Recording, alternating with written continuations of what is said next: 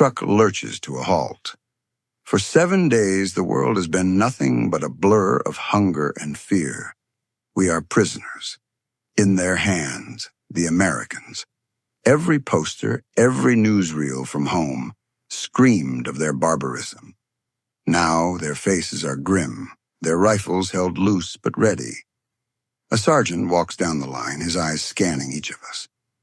I brace myself for the inevitable shout, the shove, the cruelty we were told to expect. But instead of a command, he asks a question.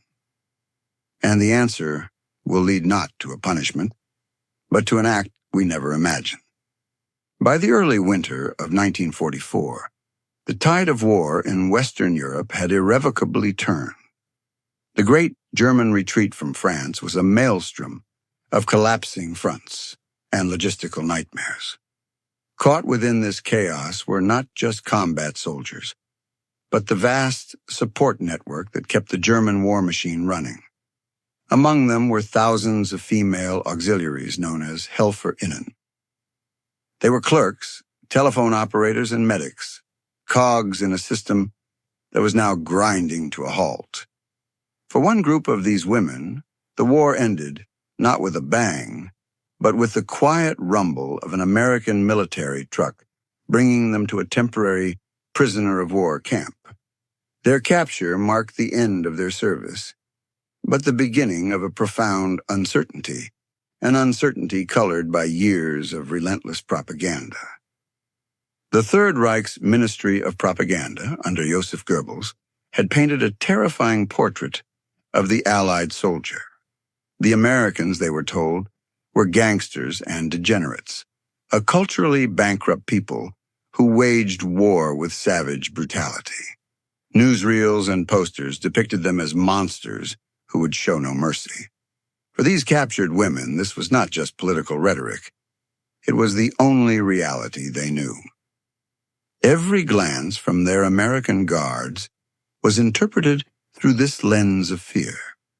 The casual way a soldier held his rifle, the stern set of a jaw, the unfamiliar cadence of their English, it all seemed to confirm the dreadful warnings from home. Their journey to the camp had been a descent into this imagined hell, made worse by a physical torment that was all too real. For 7 days, as their own army's supply lines disintegrated, they had eaten nothing. Hunger had become a constant gnawing presence, stripping away everything but the most primal instinct to survive and the deeply ingrained fear of their captors. As they were finally unloaded, weak and disoriented, they stood in ragged lines, a collection of tired, hungry faces bracing for the worst. The camp itself was a paradox. Unlike the chaotic ruin of the roads they had traveled, it was a place of stark order. Tents stood in neat rows. Jeeps and trucks moved with purpose. He wasn't an officer, not a man of high rank tasked with policy, but a non-commissioned officer on the ground, a man whose job was managing the daily, gritty reality of the war. Walking past the line of prisoners, his eyes caught something the official procedures might have missed. The visible signs of extreme malnourishment. The hollowed-out look that goes beyond simple fatigue. He stopped. He didn't shout an order or demand information. He simply asked if they had been fed. For a moment, no one answered. To admit to such a weakness felt like offering the enemy a vulnerability to exploit. But one woman, pushed past the point of caution by a week of starvation, found her voice. She told him the truth. They had eaten nothing for a week. The sergeant's reaction was not what the propaganda had promised. There was no flicker of cruel satisfaction, no dismissive shrug. Instead, a look of simple, unvarnished concern crossed his face. He turned on his heel and walked directly toward the camp's field kitchen. An order was given, not to process the prisoners, not to interrogate them, but to feed them, immediately. For the German women watching, this was an act so far outside their realm of expectation, that it seemed surreal. They saw the cooks, initially surprised, begin to move with haste. They heard the clatter of mess hall trays and smelled something they had only dreamed of for days: the aroma of hot food. The institutional machinery of the U.S. Army, a force designed for combat and logistics, was being mobilized not for war, but for a gesture of basic human decency. What happened next was not a standard military procedure. It was a quiet revolution of the soul. The women were led, not pushed, into a mess hall. Before each of them, American soldiers placed a tray heavy with food. It was a meal of impossible abundance. Thick, savory gravy poured over warm biscuits, steaming heaps of potatoes, cooked vegetables, a piece of cornbread, and a cup of black, hot coffee whose steam carried a scent of normalcy from a world they thought they had lost forever. For a moment, there was just silence. The prisoners stared at the trays, their minds struggling to bridge the gap between the years of indoctrination about their captors and the undeniable reality in front of them. This wasn't a calculated ration designed to barely keep them alive. It was a meal, a real, substantial, human meal. The sergeant who had started it all simply watched, his expression unreadable, but his action speaking louder than any propaganda ever could. The Geneva Convention dictated humane treatment of prisoners, a rule the U.S. War Department took seriously. But this went beyond the letter of the law. This was an act of spontaneous compassion, a recognition of shared humanity that transcended uniforms and ideologies. Then the emotional dam broke. It began with a single woman, her shoulders shaking as she lifted a piece of bread to her lips. A tear traced a path through the grime on her cheek, followed by another and then another until she was sobbing openly. The release was contagious. Soon the entire room was filled with the sound of quiet weeping. These were not tears of sadness or self-pity.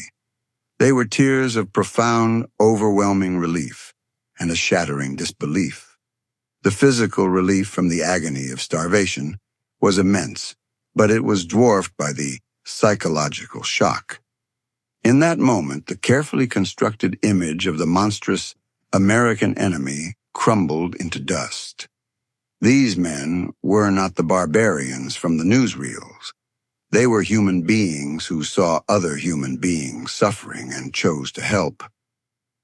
The simple act of sharing a meal became a powerful counter-narrative, dismantling years of state-sponsored hatred in a matter of minutes. Each bite of food was not just sustenance for the body.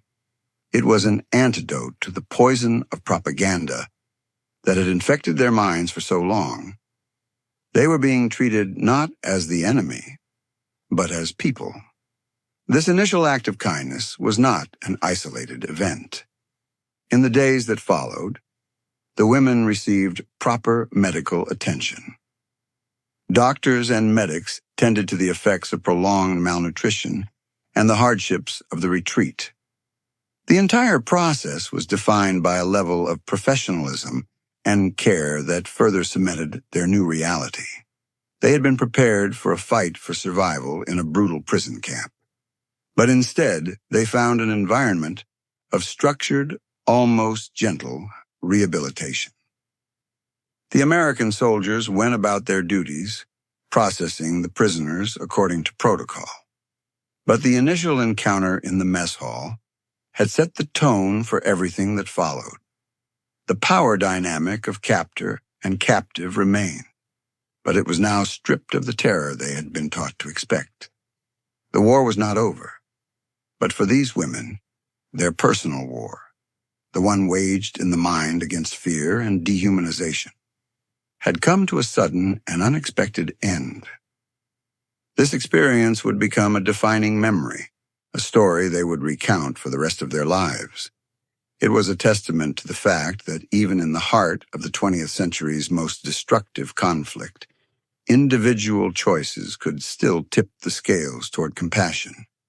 The meal they were given in that cold French camp in 1944 did more than save them from starvation.